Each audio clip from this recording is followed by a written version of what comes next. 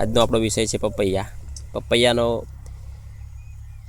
પાકના પપૈયા તમે ઘણા ખાધા હશે, પણ પપૈયા વિશે તમે એના પાનનો પણ તમે ઉપયોગ કરી શકો છો, એના ફ્રૂટનો પણ ઉપયોગ કરી શકો છો. જો આ પપૈયા અમારે કેવા આવ્યા છે ખેતર પર, અમારા ખેતરે પપૈયા જો જોરદાર પપૈયા આવી ગયા છે અત્યારે.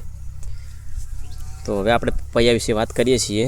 તો પપૈયા એ એના બહુ ગુણકારી હોય છે પપૈયું. એટલે પપૈયાના ફ્રૂટનો તમે ઉપયોગ કરી શકો છો.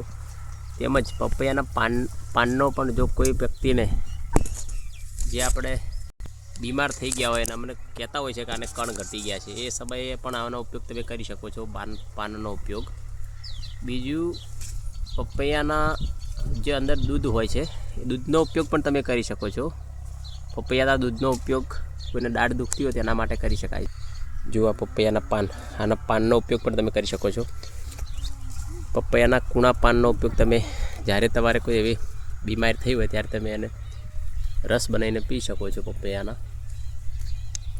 જો આ પપૈયા અમારા